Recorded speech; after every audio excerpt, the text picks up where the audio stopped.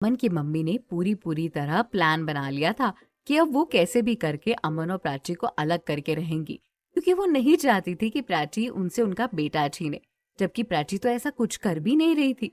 वो तो उल्टा अमन को समझा रही थी कि मम्मी से ऐसे बात नहीं करो। लेकिन अमन की मम्मी को ये कहाँ समझ आने वाला था। इधर अमन और प्राची दोनों मूवी देखने पहुंच गए थे। दोनों डिलाइट डायमंड सिनेमा हॉल गए थे मूवी देखने। दोनों काफी एंजॉय कर रहे थे। अमन ने मूवी स्टार्ट होने से पहले ही मूवी देखने के टाइम के लिए पॉपकॉर्न, समोसे और कोल्ड ड्रिंक और सारा सामान ले रखा था। वो प्राची का हाथ अपने हाथ में लिए एक रोमांटिक मूवी देख रहा था। मूवी में जब भी कोई रोमांटिक सीन आता तो प्राची और अमन दोनों एक दूसरे को आंखों से भर भर कर देखते और प्यार का इजहार करते। और ऐसी ही पिक्चर में जैसे ही एक किसिंग सीन आया तो अमन प्राची को देखकर बोला, एक किस दो ना। और यहाँ कोई देख लेगा तो। यहाँ सब लोग अपने अपने काम में बिजी है, कोई किसी को नहीं देख रहा। इस मूवी देखने आए हैं सब लोग यहाँ। हाँ, हमें किस कर लेते हैं ना, दे दो ना प्लीज। ये कहकर अमन प्राची को देखने लगा तो प्राची ने सबसे निगाहें बचाकर अमन के गालों पर एक किस दे दी। अमन किस पाकर फूले नहीं समा रहा था। अब बहुत प्यार आ रहा था उसे प्राची पर। और फिर वो प्राची से प्यार भी तो कितना करता था। इधर रूबल चौधरी, युग, स्मिता सब लोग वापस इंदौर के लिए रवाना हो गए थे। सब ने इस दुख से खुद को संभाल लिया था, लेकिन युग अभी तक खुद को संभाल नहीं पाया था। वो प्राची की यादों से बाहर ही नहीं आ पा रहा था।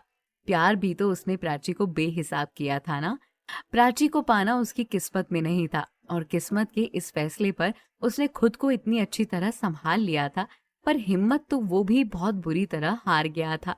वो जब से इंदौर से वापस आया था तब से ना तो कंपनी जा रहा था और ना शोरूम। वो किसी भी काम में कोई ध्यान नहीं दे रहा था और युग को ऐसे देखकर रूबल चौधरी को बहुत बुरा लग रहा था। वो एक बार फिर युग को समझाने उसके कमरे में गए तो देखा युग प्राची की तस्वीर को लेकर उसे बहुत गौर से देख रहा है। ये देखकर रूबल चौधरी की आंखों में आंसू आ गए और उनका गुस्सा और भी बढ़ गया। उन्हें गुस्सा इस बात का था कि प्राची ने उनके भाई के साथ बहुत गलत किया। और जहां तक उनकी सोच जाती थी कि वो इस गलत फहमी में थे कि वो प्राची को कभी माफ नहीं करेंगे।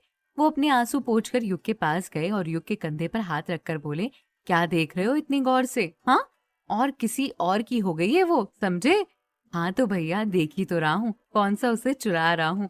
तुम क्यों इतने महान बने? आखिर क्यों? क्यों तुमने उसे इतनी आसानी से जाने दिया? जब तुम खुद उसे इतना प्यार करते हो तो क्यों तुमने उसे अमन को सौंप दिया, ये जानते हुए कि तुम उसके बिना रह नहीं सकते? अरे वो अमन क्या जाने प्राची की कीमत। उसने तो हमेशा प्राची को दर्द दिया है और तुमने तुमने तो हमेशा उससे प्यार किया है।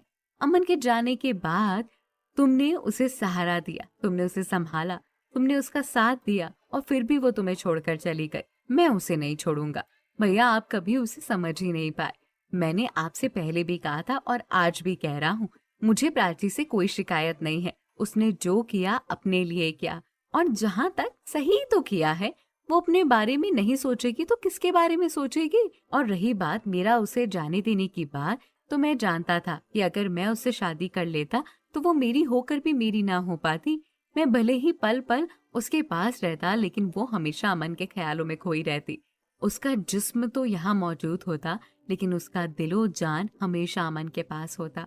और ये मैं नहीं चाहता था, बस इसीलिए मैंने उसे जाने दिया। खैर छोड़ो, आप बताओ, आप यहाँ कैसे? तुम शोरूम क्यों नहीं जा रहे हो? डील कंप्लीट करनी है, मुझे चेक करनी है और बाकी जो अमन के साथ भी रह गई है उन्हें भी देखना चाहूंगा एक बार, है ना? और किसी को मैं मौका नहीं देना चाहता कि कोई हमें नीचा दिखा पाए। रूबल चौधरी ने रौब जमाते हुए कहा, ठीक है भैया, मैं आपको सारी फाइल, सारी डिटेल्स अभी कंपनी की आकर दे देता हूँ, आप चलिए। युग ने जवाब दिया तो रूबल चौधरी वहां से चले गए और युग भी तैयार होकर जाने लगा। तो इतने में स्मिता उसके पास आई। स्मिता को देखकर युग बोला, भाभी आप आइए ना। देवर जी, मुझे आपसे कुछ बात करनी थी, स्मिता ने घबराते हुए कहा। हाँ भाभी बोलिए ना, क्या बात है? मैंने सुना है आपके भैया बता रहे थे कि आप कुछ दिनों में अमेरिका के लिए रवाना हो रहे हैं। अभी पढ़ाई करने के लिए तो मुझे जाना ही होगा ना। तो एक बात कहूँ, अगर आप गुस्सा ना हो। स्मिता बोली, हाँ भाभी बताइए ना क्या बात है। जाने से पहले शादी कर लीजिए। मैंने आपके लिए एक अच्छी लड़की देख रखी है। मेरी दूर की बहन है, बहुत सुंदर है, पढ़ी लिखी भी है, काफी टैलेंटेड है। आप कहिए तो मैं बात करूं। स्मिता की बात सुनकर युग प्यार से उसे देखकर बोला, भाभी शायद आपने कभी समझा ही नहीं। आपके देवर को। आपके देवर ने केवल एक बार प्यार किया था और वो प्यार वो प्राची से कर चुका है। अब प्राची के अलावा किसी और को देखना, पाना, चाहना, इन दोनों चीजों से मैं बाहर आ चुका हूँ। मैं किसी को भी अपनी जिंदगी में हिस्सा देना नहीं चाहता। मैं प्राची की यादों के सहारे सारी जिंदगी काट सकता हूँ। प्लीज आप मुझसे जिद मत कीजिएगा, ना मेरी बात समझने की कोशिश कीजिए। मैं किसी से शादी नहीं करना चाहता। युग की बात सुनकर स्मिता चुप रही। वो जानती थी कि युग से कुछ कहने का कोई मतलब नहीं है। युग की मोहब्बत शायद ही कभी कम होने वाली थी।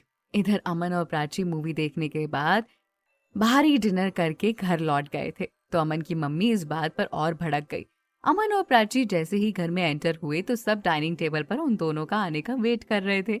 उनके आते ही रीमा बोली, भैया भाभी आ गए, चलो हम लोग वेट कर रहे थे, चलिए आइए डिनर करते हैं। नहीं रीमा, हम तो बाहर खाकर आ गए हैं। अमन ने इतना ही जवाब दिया और प्राची के साथ अपने कमरे में चला गया। तो अमन की मम्मी इस बात पर और ज्यादा गुस्सा हो गई। अब तो उनका गुस्सा और बढ़ता जा रहा था। उन्होंने पूरी पूरी तरह मन बना लिया था कि कुछ भी हो जाए वो प्राची को अमन के करीब नहीं आने देंगी, क्योंकि वो जानती थी कि ये दोनों करीब आए तो उनका बेटा अमन उनके हाथों से निकल जाएगा और वो ये किसी भी हाल में नहीं होने दे सकती थी। अब आगे क्या होगा ये बातें आपको पता चलेंगी अगले एपिसोड। ये एपिसोड कैसा लगा नीचे कमेंट करके जरूर बताइएगा।